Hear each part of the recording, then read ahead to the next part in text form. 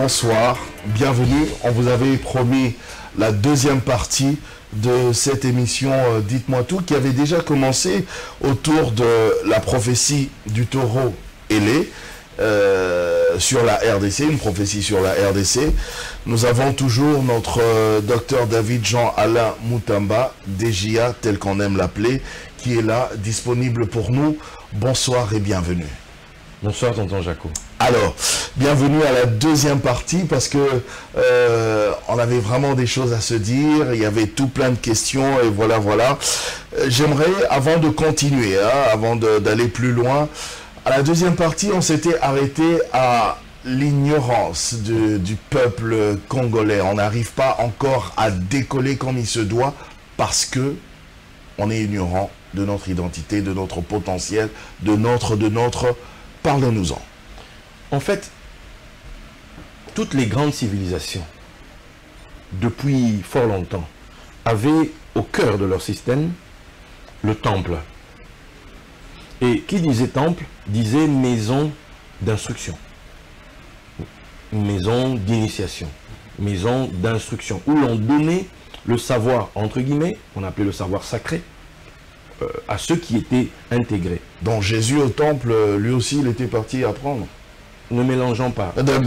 Enfin, bon, voilà, oui, ne mélangeons pas. Donc, on comprend par là que le temple était le lieu d'instruction. Puisque vous parlez de Jésus au temple, il était au milieu des docteurs. Donc c'est le lieu où on vient rencontrer les sacrificateurs. On dit que le sacrificateur, c'est celui qui connaît la loi. Il est l'envoyé de Dieu parce que c'est lui. C'est lui qui est l'instructeur, c'est lui qui donne la loi de Dieu, l'instruction divine. Donc, on allait là-bas pour cela.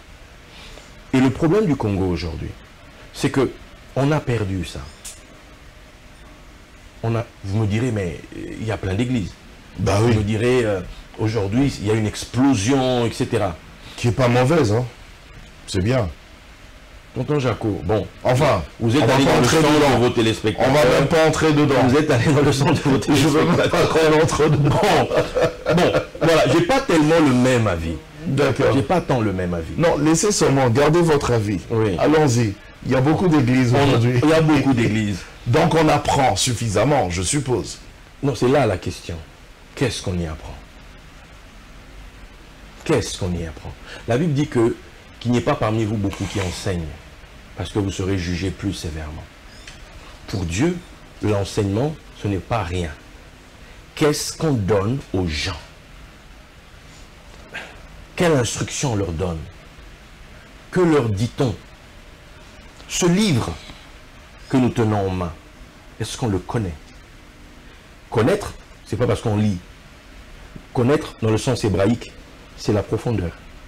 Mais tout le monde ne peut pas connaître comme vous. Oui, chacun connaît à sa façon aussi. Hein. Oubliez-moi, c'est pas moi. Oui, d'accord, ok. Voilà, je ne veux pas que les gens connaissent comme moi. Mon rôle est que les gens se connaissent eux-mêmes. Qu'ils découvrent qui ils sont. Qu'ils découvrent ce qu'ils ont toujours été. Pour qu'un homme puisse dire, glorifie-moi de la gloire qui était la mienne avant. Nous parlons ici du Congolais. Hein. Oui, oui. Okay. Pour qu'un homme puisse dire, glorifie-moi de la gloire qui était la mienne avant la fondation du monde, c'est qu'il sait qu'il existait depuis la fondation du monde. Et nous, pouvons-nous faire la même prière? Que savons-nous sur nous-mêmes? L'homme congolais peut-il comprendre pourquoi cette histoire lui est tombée dans les mains? Pourquoi se retrouve-t-il pris dans ce couloir avec toutes ces tempêtes? Quelqu'un tousse à Wall Street, il y a des effets ici. Pourquoi? Parce qu'on est assis sur l'or du monde. On est assis sur les richesses du monde. Qu'on le veuille ou pas, tout le monde va nous regarder. Tout le monde vient à nous. Et si on n'est pas à la hauteur de la tâche, si on ne devient pas un Joseph, comme je l'ai dit lors de la première émission. Quand je dis Joseph ici, j'utilise les prénoms des présidents pour montrer comme signe 2 ou 3 témoins. Il faut 2 ou 3 témoins pour qu'une vérité soit établie. Et on a eu 3 Joseph. Papa Joseph Kasavubu, Papa Joseph Désiré Mobutu et le président Joseph Kabila, qui vient de transmettre le pouvoir au président Félix actuel. Maintenant, quelqu'un dira, mais le président Félix. Lui, c'est Félix. Non, attendez. Il ne s'appelle pas Joseph. Attends, non. N'oublions pas, derrière Joseph se cache le taureau. Ah, Vous comprenez? Joseph, c'est le taureau. Or, le président Joseph Kabila est natif du signe du taureau. Étant né le 4 juin, il est taureau. Certains penseront qu'il est Gémeaux, selon ceux qui circulent. Mais en réalité, non. Il aurait été Gémeaux si on était encore dans l'ère du bélier. Mais depuis moins 255, on a basculé dans l'ère du poisson. Et avec l'ère du poisson, naître le 4 juin fait de lui un taureau. Un taureau. Et naître le 13 juin, comme le président Félix, fait de lui aussi un taureau. Un autre taureau. Donc c'est aussi un taureau. Donc c'est aussi un Joseph. C'est censé être un Joseph. Donc c'est aussi un technocrate. C'est aussi celui qui doit... il doit l'être. Il doit créer. Il doit l'être. Il doit l'être. Il doit l'être. Ce nom Félix signifie chanceux. Celui qui apporte la paix. Un homme qui est heureux. La joie. C'est ça en fait. Et dans la Bible, il y a un roi Félix qui nous fait jouir d'une paix profonde. Vous voyez un peu. Donc, le taureau, même par sa forme quand on le voit. Donc, c'est quelqu'un qui en impose. Donc, chacun d'eux, qui aujourd'hui se retrouve à la tête des destinées de cette nation, a un rôle. Il est censé avoir le rôle de Joseph dans la Bible. Celui qui sauve ses frères. Apporte le salut à ses frères. Mais si on ne connaît pas ça, si on n'a pas ce savoir-là, excusez-moi, si on n'a pas ce savoir-là, on va tourner en rond.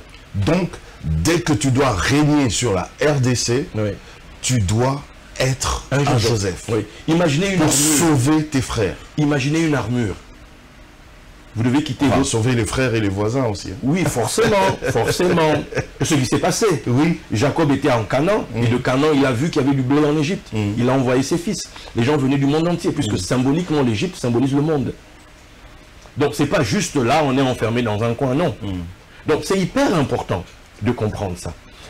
Le peuple, il faut... Regardez, l'éducation a été galvaudée dans ce pays. Le niveau a fortement baissé, le niveau global. Oui. Alors, comment voulez-vous? Je vois des grandes constructions, de belles constructions qu'on essaye d'ériger ça et là. Mais qui vont y vivre? Va-t-on y mettre des personnes dont la mentalité n'a pas évolué? Que vont-ils en faire? Donc, c'est hyper important qu'on rehausse tout ça, qu'on rehausse le niveau, qu'on emmène les personnes... Déjà, nous, je ne veux pas parler de ceux qui font de la politique. Je parle déjà de nous à notre niveau. Puisque, vu que les écoles, vu que tout ça est devenu compliqué pour les gens viennent à l'église. Sortons les gens de la superstition. Sortons les gens du fanatisme aveugle. Amenons-les à devenir des disciples de Christ, du Christos qui est en eux. Qu'ils aillent à la découverte de la nature divine qui est la leur depuis la fondation du monde. Venir à Christ implique, vous connaîtrez la vérité, c'est-à-dire vous ferez l'expérience de la vérité. Mais qu'est-ce que c'est que la vérité? À l'été, à l'été, pas d'oubli. La vérité, c'est se souvenir. Ok, c'est ça la vérité. C'est ça la vérité. Vous connaîtrez, vous ferez l'expérience, vous allez retrouver la mémoire. Puisque en Israël, on dit que quand un enfant naît, il y a un ange qui le frappe là. Voilà pourquoi on a ce fameux truc ici. Et qui fait que on oublie. On arrive ici, on a oublié qui on est. On ne sait pas qui on est. On réapprend. Ah, parce qu'on avait une vie on était, antérieure. On existait. On existait déjà. Voici, tu m'as formé un corps. Voici, je viens pour faire ta volonté. Quelqu'un parle. Il existait avant le corps. Ce corps-ci. Parce qu'en réalité, tonton Jaco, je me permets de le dire, ce corps-là, que nous avons ici, c'est un tombeau. En grec, soma, c'est ce corps physique. Ce sont les mêmes lettres que sema, puisque les voyelles, on ne les compte pas. C'est les mêmes lettres que sema qui signifie sépulcre. Ce corps est un tombeau pour l'être divin que vous êtes. Alors, permettez-moi que je pose cette question-là. Si j'existais, si Jaco existait déjà quelque part, j'avais une vie quelque part, mais ici, en même temps, je vis toujours. Et là, vous venez de me dire que mon corps ici, c'est un tombeau. Donc, je n'existe pas en principe. Quelle est la vie? La vie, c'est quoi? Et la mort, c'est quoi? Ok. Je vais essayer de simplifier ça. En fait, ce sont des choses qu'on devrait apprendre dès le départ, dans nos églises. Tout le monde n'a pas votre mission. Hein? D'où j'essaye de parler. Ok. Et j'espère que ça va être compris. Essayons. Dites tout en tout cas. Nous sortons de Dieu. Nous sommes une pensée de Dieu. Vous êtes un fragment qui sort de Dieu. J'avais dit, vous êtes des dieux. Vous êtes tous fils du Très-Haut. Pourtant, vous mourrez comme des hommes. Nous avons été envoyés, nous sommes descendus sur terre pour apprendre quelque chose, pour expérimenter quelque chose. Mais ce que vous étiez avant n'est pas ce que vous êtes aujourd'hui. Parce qu'aujourd'hui, quand vous naissez, vous avez une première conscience qui est connectée à ce corps et aux 5 sens. Or, quel est le message de Christ à Nicodème? Vous devez naître de nouveau. De nouveau. Il parle de naître d'eau et puis d'esprit. Si un homme naît d'eau et d'esprit, il ne peut entrer dans le royaume. Or, on nous parle des 4 éléments. Les 4 éléments, c'est l'eau, l'air, la terre, le feu. feu. Bien. Or, l'homme là, ce que nous appelons homme, c'est en réalité ce corps. Adam vient de Adama, la terre. La terre. C'est un corps.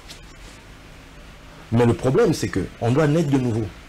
Naître de nouveau, la naissance traite avec des corps. Ça ne traite pas de vous, ça traite de vos corps. Si un homme naît de l'esprit, c'est-à-dire qu'il découvre son corps spirituel, son corps divin, le corps est une forme, le corps est une apparence. Une enveloppe. Une enveloppe. Quand vous découvrez votre forme divine, vous allez réaliser que vous devenez capable de beaucoup de choses. Parce que chaque corps a ses potentialités.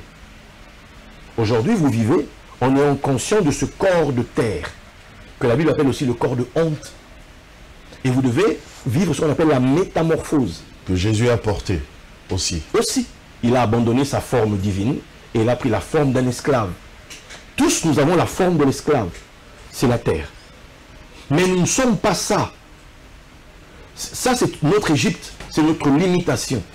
Et on a besoin de découvrir notre corps divin qui est proportionnel à ce que nous sommes. Que dit la Bible? Tel il pense, tel il est. Et quelqu'un a dit, si tu peux penser une chose, c'est qu'elle est possible. Mais elle est possible par rapport à quoi? Elle est possible avec quoi? L'autre a dit, tu es ce que tu penses. Donc, on peut faire, puisqu'on dit tout est possible. Tout est possible à celui qui croit. Mais dans ce corps, avec ce corps simplement, on a des limites. On est limité. Mais avec le corps divin, on ne l'est pas. Mais si, bon, à la base, c'est-à-dire qu'on avait déjà un corps divin. Vous aviez... Avant de venir ici sur Terre. Et vous ne vous appeliez pas Jaco. D'accord. Alors, celui-là, oui, qui s'appelait pas Jaco, est-ce qu'il était obligé de venir ici sur Terre pour apprendre quelque... Est-ce que celui qui a un corps divin peut vouloir apprendre oui, il a reçu un ordre. Des choses d'esclave. Il a reçu un ordre. Voilà pourquoi Paul dit, avant que le commandement ne vienne, je vivais. Et quand le commandement est venu, je suis mort. Vous comprenez? C'est l'ordre de s'incarner, l'ordre de descendre sur terre. Donc la mort, c'est un peu genre un voyage? Oui. Un passage? Oui. Vers une autre vie? Oui. On descend ici. On vient ici. En fait, quand un enfant naît, c'est en fait un mort. Un mort là-bas? Oui, voilà. C'est un mort pour le ciel. Dans la première vie? Oui. C'est un mort pour le ciel. Il est mort. Un vivant ici? Voilà, il est vivant ici, mais il est mort là-bas. Et quand cet être-là meurt ici? Il retourne. Il redevient vivant de l'autre côté. Ok. D'où Paul peut dire, tant que je suis dans ce corps, je suis loin du Seigneur. Ouais. Donc vous pouvez confirmer que les morts ne sont pas morts? Non. Ça, nos ancêtres avaient totalement raison. Parce qu'en réalité, vous êtes immortel. Donc, je peux aller... Non. Oui. Je répète. Vous êtes immortel. D'accord. Vous. Je ne parle pas du corps. Oui. Je parle de vous. Vous êtes une portion de Dieu. Le vrai moi, là. Oui, voilà. Vous êtes une portion divine. Vous sortez de Dieu. Ceux qui sortent de Dieu ne meurent pas. C'est pas possible. Regardez. Le dernier miracle dans la Bible, après la résurrection, c'est quoi? les 153 grands poissons qui sont tirés. Or, quand vous allez en Égypte, le dieu de l'Égypte, Osiris, dieu de la résurrection, de la mort et de la résurrection, il avait 153 noms. Vous comprenez? Donc, en réalité, quand on parle de ces poissons qu'on fait sortir, ça nous ramène à l'histoire de Jonas, qui était à l'intérieur d'un poisson. Donc, chacun d'entre nous est caché, puisque l'histoire de Jonas dans le poisson, Christ fait l'analogie avec lui dans le ventre de la terre. Il parle de sa résurrection, mort et résurrection. Chacun d'entre Christ en nous est dans un tombeau là-dedans. Et Christ en nous, c'est la nature divine. C'est un Dieu en fait. Mais on a oublié qui on est. On ne sait pas qui on est. Le gars dans le fin fond du Bas-Congo, dans le fin fond de la forêt équatoriale, dans le fin fond, je ne sais pas, de la province orientale de ce pays, au fond de lui, sans aller à l'école, il vient de naître, c'est un Dieu qui est là. D'où on pouvait dire, cet enfant, on ne sait pas qui il est, on ne sait pas ce qu'il va devenir. Voilà pourquoi en Israël, un enfant, donner le nom était quelque chose d'hyper important. C'était sacré. On donnait le nom le 8e jour. Parce qu'il y a 7 cieux. Et le 8, c'est le nom, c'est censé être le nom de l'esprit au-dessus des cieux. Même la circoncision. 8e jour. C'est le nom de celui qui est au-dessus des cieux. Or, celui qui est au-dessus des cieux, c'est la fameuse forme divine. 1 Corinthiens 15. Le Seigneur des cieux, celui qui est au-dessus des cieux. Et pour Agnos, au-dessus des cieux. Il descend. D'où un enfant, en Israël, vous allez voir le nom, quelqu'un qui s'appelle Zacharie, Zacharia. Quelqu'un va s'appeler Ézéchiel. Qu'est-ce que ça signifie? Dans ce nom, il y a Ya. D'autres noms, il y a El. C'est des noms de Dieu. C'est Dieu en train de faire. Vous êtes Dieu en train de faire. Donc je suis immortel, hein? Vous êtes immortel. Vous avez dit que je suis immortel. Oui, comme moi aussi d'ailleurs. Comme tous ceux qui nous écoutent. Tous ceux qui nous écoutent. Oui. Ok, d'accord. Alors quelqu'un pourrait se poser la question de savoir, mais dans le jardin d'Éden là, quand ils ont mangé, ils ont goûté aux fruits de l'arbre de la connaissance du bien et du mal, en même temps Dieu il dit, empêchons-les maintenant de toucher à l'arbre de vie au risque qu'ils vivent longtemps. Donc Dieu avait déjà interdit l'accès à l'arbre de vie. Maintenant, vous dites que nous sommes immortels. Tu me ramènes au jardin d'Éden. Le problème qu'on a, pas avec vous forcément, mais avec tous ceux dont vous êtes le porte-voix, là maintenant, c'est que la plupart des gens lisent la Bible comme un livre d'histoire. La plupart des gens lisent la Bible comme dans le sens littéral. Mais ce livre n'est pas un livre d'histoire. C'est un livre de symboles. Vous comprenez? C'est un livre de symboles. Les deux arbres dont il est question, ce sont les deux piliers des deux équinoxes, automne et printemps. À l'automne, le soleil plonge sous la ligne de l'horizon. Là, je viens d'ouvrir un autre enseignement, mais allez-y, brièvement. Au printemps, le soleil remonte. Dans l'autre sens, il descend. Vous voyez? Quand le soleil arrive au solstice là d'été, au sommet, c'est l'image de nous qui retrouvons notre position là-haut. Mais quand il plonge à l'automne, il vient dans le monde, d'où à l'automne c'est la Vierge qui est enfante. Donc on vient dans le monde. Quelque part on meurt. Vous comprenez? On meurt. Les deux arbres, cette histoire des deux arbres, c'est le moment où l'homme doit faire le choix. C'est le moment où l'esprit fait le choix. Où il va. Que doit-il faire? Quand on vient sur terre, on va faire l'expérience du bien et du mal. On va faire l'expérience. Manger, c'est faire l'expérience. Vous comprenez? Mais... Oh, dites tout. Allez-y, avancez là. Avancez. Manger, c'est faire l'expérience. C'est intégrer quelque chose. On est venu ici pour réapprendre en étant au contact des principes de bien et de mal. L'être qui sort de l'absolu. De là où nous sommes, il n'y a pas de bien et de mal. Dans Dieu, il n'y a pas de bien et de mal. Il n'y en a pas. Dieu est absolu. De lui viennent le bien et le mal. Nous recevons tout de lui. Mais en fonction de la posture que nous avons, ce qui est peut-être mal aujourd'hui, demain nous dirons que c'était la meilleure chose qui nous soit arrivée dans la vie. Vous comprenez? En fait, ça n'existe pas. C'est une illusion. On vient sur terre dans l'illusion. Voilà pourquoi, par exemple, chez les bouddhistes, la maman du Bouddha, c'est Maya. Maya, c'est l'illusion. On vient dans ce monde, dans une illusion. On vient pour réapprendre. On vient pour s'ouvrir. On vient pour redécouvrir qui on est. C'est un genre de machine. On vient pour goûter. Voilà, regoûter à ça. Et après, ça va nous permettre de redécouvrir des potentialités enfouies en nous. Et on va remonter quand on aura fini cette expérience. Et je vais même encore enfoncer le clou. Dans Ésaïe 53, là où on dit qu'on a mis son tombeau avec le riche et son sépulcre avec le méchant. Juste avant, en hébreu, il est bien écrit dans ses morts. Pas dans sa mort. Dans sa mort. Dans ses morts. Et d'où il y a une tradition qui dit que dans une vie, quand vous venez, vous naissez dans un corps de riche. Dans une autre, vous venez en tant que pauvre. Dans une autre, vous venez en tant que je ne sais qui. Vous venez apprendre. Qu'est-ce que ça fait? Est-ce que ton potentiel peut toujours se révéler? Est-ce que tu peux toujours te manifester malgré le carcan que t'impose ta situation? Donc, oui, ceux qui croient en la réincarnation, ils ont raison alors. Un petit peu. Enfin, je sais pas. Je vous laisse les choix. Je vous laisse les choix. C'est vous notre enseignant. Qui m'a établi pour être enseignant dans ces choses pour tout le pays, je ne sais pas, mais... Je suis en train de vous titiller juste pour savoir. Je vais répondre. Oui. Je vais répondre. Je crois, sincèrement, au niveau où je suis arrivé de la connaissance, je crois que l'homme ne meurt pas.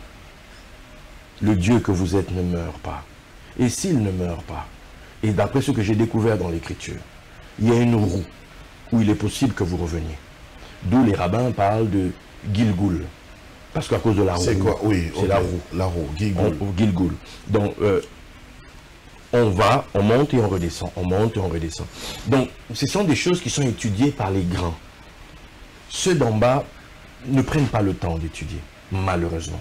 Mais quand ce sont ceux d'en bas qui prennent le dessus et qui dirigent et qui commandent, ça pose problème. Parce que le savoir est foulé aux pieds.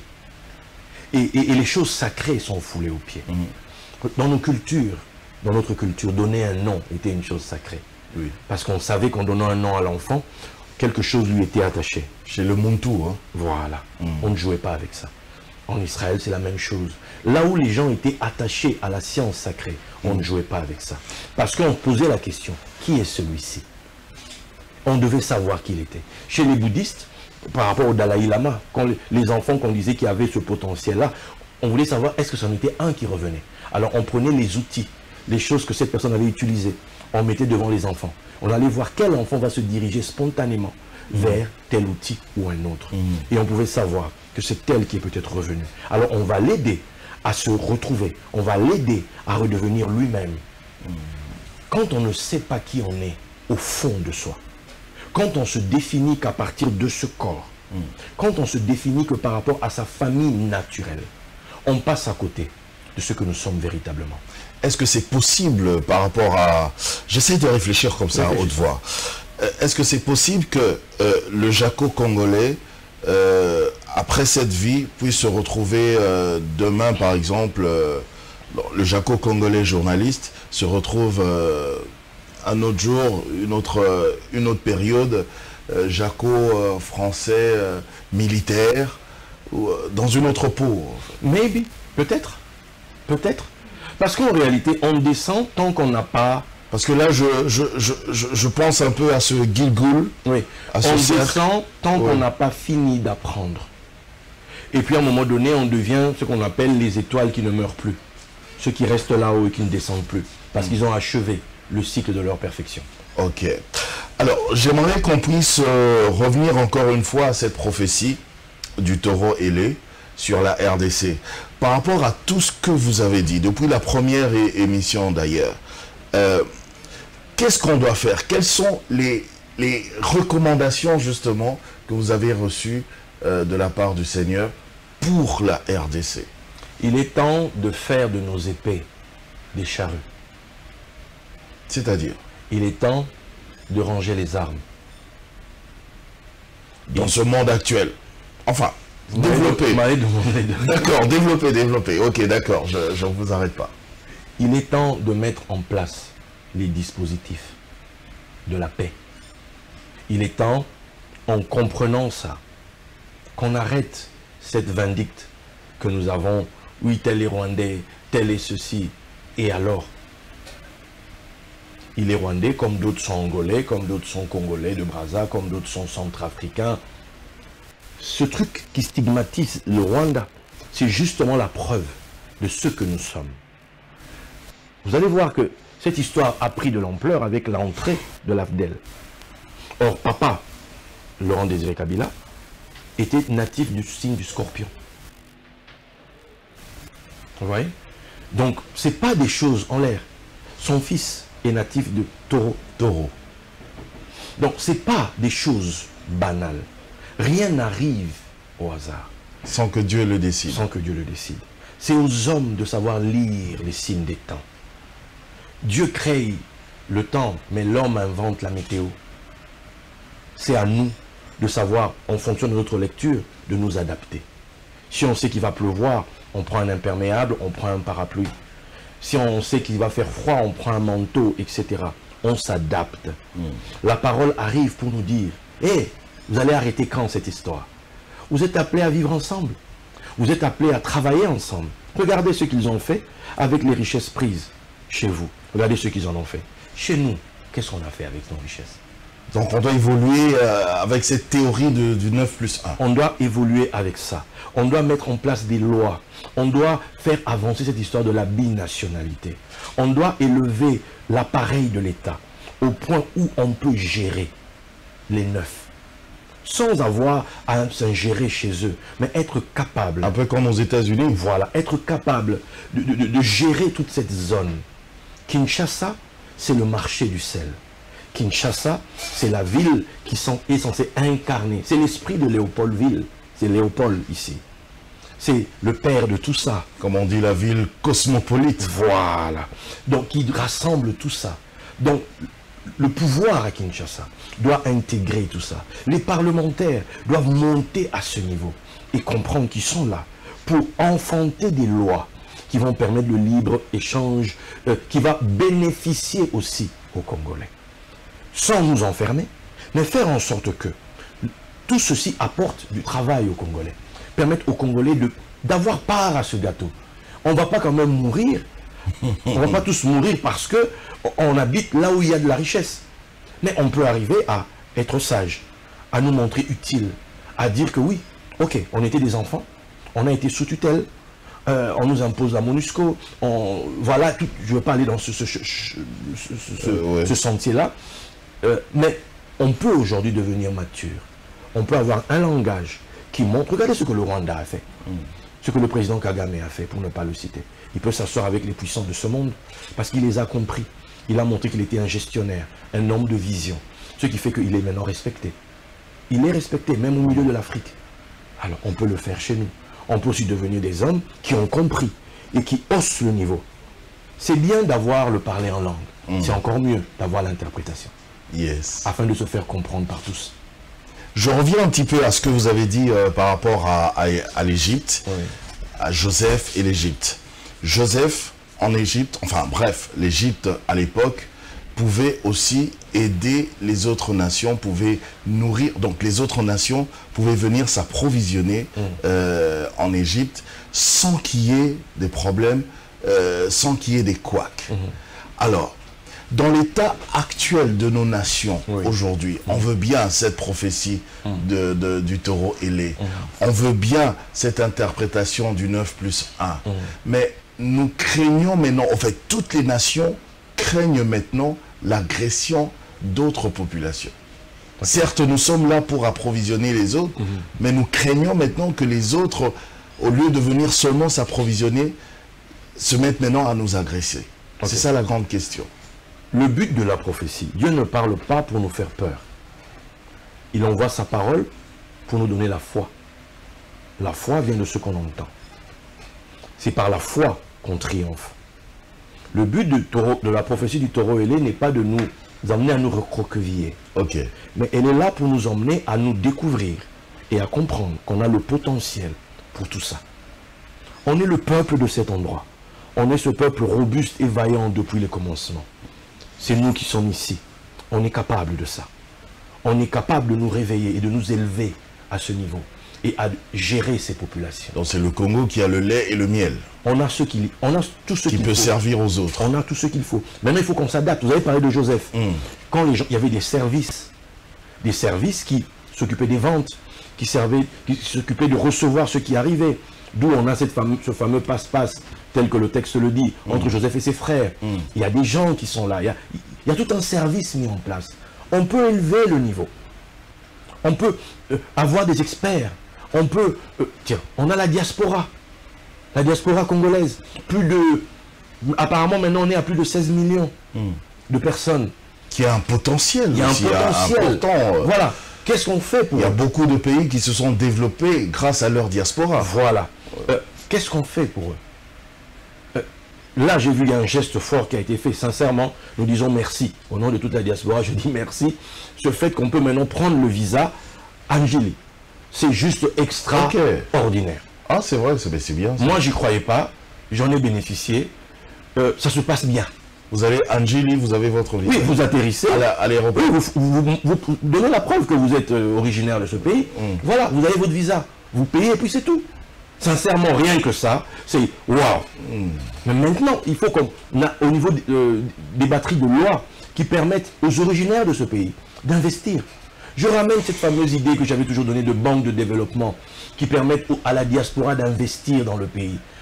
Pas seulement ici, des projets qui peuvent influencer la sous-région. C'est-à-dire qu'on peut faire beaucoup, mais en adaptant notre batterie, notre appareil législatif à la situation, pour être à la hauteur. Ce sont les hommes qui font les lois, en fonction du ressenti, en fonction du temps dans lequel nous vivons. Donc faisons les lois qui vont nous permettre d'exister au niveau de ça. On vit dans un monde qui devient un vaste marché. À quoi rime cette affaire de dire l'unicité de ce truc-là, la nationalité une et exclusive? Ça, c'est une histoire d'un autre temps.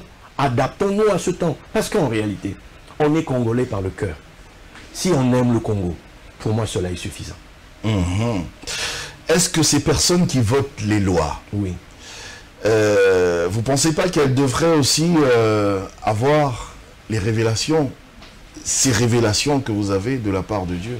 Le vœu que j'ai dans mon cœur. Parce que l'intelligence c'est bien, mais la sagesse c'est mieux. Hein. Le vœu que j'ai dans mon cœur, c'est que je puisse distribuer la prophétie du taureau ailé à tous les parlementaires. Et expliquer cela peut-être au Parlement. Si j'ai l'opportunité, sincèrement, je le ferai avec... Assemblée provinciale, Assemblée nationale, Sénat. Si j'ai l'opportunité, j'en serai fortement honoré et je le ferai avec sérieux. Parce que pour moi, ceux qui sont assis là ont droit à l'honneur, méritent toutes les déférences possibles parce qu'ils sont au service de la nation. Ils portent ce poids-là. Si je peux leur apporter ce message, si je peux aller leur expliquer, je le ferai avec joie. Pasteur honorable Godem Poi de l'Assemblée provinciale, si vous pouvez arranger cela, surtout qu'il est de la maison, il est d'ici, donc si vous pouvez arranger cela, ce sera très bien. Maman honorable Janine Mabunda, si vous pouvez nous arranger cela, parce que c'est important, c'est important. Alors, en conclusion, le Congo, il a besoin de ses partenaires, les pays frontaliers. Il a besoin d'un Joseph à la tête qui est un gestionnaire, en fait, on va le dire comme ça, hein, un gestionnaire, parce que même celui qui est là, le président Félix, est un Joseph. Est un Joseph, voilà. Alors, avec tout ça, vous pensez que vraiment on pourra atteindre l'émergence telle que nous l'attendons? C'est l'idée des ailes. Ça doit prendre encore beaucoup d'années. Quelqu'un a dit il faut au moins 30 ans par là. Hein. C'est l'idée des ailes. Les ailes, c'est pour faire décoller le taureau. Le taureau. Le taureau, c'est tout le pays. Cette alliance a pour vocation à faire décoller toute la sous-région. Bon, je ne vais pas entrer dans le secret de Dieu, mais pourquoi ne pas vous montrer carrément l'aigle au lieu du taureau et qui doit encore avoir des ailes? Oui, parce que le taureau, c'est nous. Alors, là, on parle en tant que Congolais. D'accord. Imaginez que j'apporte cette prophétie à Kigali. Eux pourront dire, mais pourquoi le taureau, c'est pas nous? Il faut le scorpion et eux, ils sont le scorpion et l'aigle. Oui. Donc, voilà, chacun a sa part. Ok. Les 12 tribus ne sont pas pareilles. Par rapport à sa mission. Chacun a sa mission. Chacun a un rôle ontologique qui est lié à lui, dans ses profondeurs, dans son essence. Voilà. Chacun doit comprendre qui il est. Et eux ont apporté la vision. Eux ont ouvert le ciel. Eux ont montré qu'est-ce qu'on peut faire. Avec l'esprit léopard, on a les richesses, il y a eu de la prédation. Les richesses ont été conservées par un petit groupe qui a dévoré dans son coin. Et la majorité est restée comme ça. Mais avec l'esprit taureau, c'est pour l'utilité commune. C'est pour tout le monde. Et ensemble, dans cette nouvelle alliance, regardez, je pourrais finir avec ceci. Il y a eu, vous connaissez cette histoire de la France et de l'Allemagne. Il y a eu la fameuse bataille de Sedan où les Français ont perdu devant Bismarck, etc. Ils se sont fait humilier à Versailles, le traité de Versailles. Ils ont perdu l'Alsace et la Lorraine, etc. Et c'était devenu un problème. Et en 1914-18, il y a encore la guerre avec les Allemands. 40-45, encore avec les Allemands. Mais l'Allemagne est divisée. Mais après, avec les Schuman et autres, on va rebâtir l'Europe. Mais quel est le couple? C'est France, Allemagne. Bien sûr. Donc on peut arriver à le faire au cœur de l'Afrique centrale. Maintenant, tous les autres pays qui sont autour ne restent pas en reste. Ils sont là. Et on est censé faire ça ensemble. On collabore, on travaille ensemble. Et, on est censé faire ça ensemble. On veut tous le développement de tous nos pays. Alors, en 20 secondes comme ça, j'avais envie de poser cette question. C'était pourtant dans mon conducteur, mais je ne l'ai pas posé. Vous avez dit par rapport à... on doit arriver à faire la paix avec notre terre. Oui. Qu'est-ce qu'on doit comprendre par ça? Parce que le sang des morts crie. Tous ceux qui disent que c'est une injustice. Toutes ces personnes, on doit leur donner la paix. Comment on le fait ça? On construit des monuments. On construit un ou plusieurs mémorials ou mémoriaux. Voilà, on en construit plusieurs. Là où il y a eu des morts. On fait des cérémonies pour les honorer. L'État rend hommage. Et les familles, on les dédommage. Ce qui permettra d'apaiser tout ça. Et on va pouvoir avancer. En tout cas, merci, Dr Dejia. Merci, tonton Jaco. J'espère, je ne sais pas, mais j'aimerais bien qu'on ait une 3e, 4e émission. Pendant que vous êtes là, on va en profiter. Hein. C'est pas mauvais. Voyons. En tout cas, merci de nous avoir suivis, mesdames, messieurs. Vous pouvez toujours envoyer vos questions, vos suggestions via ce numéro de téléphone qui défile au bas de vos petits écrans. Portez-vous bien. N'oubliez pas la prophétie du taureau ailé pour la RDC que vous voyez d'ailleurs sur vos écrans. Ben voilà, c'est ça. Essayons de suivre cela et nous pourrons évidemment décoller comme il se doit. C'est la recommandation divine. Portez-vous bien.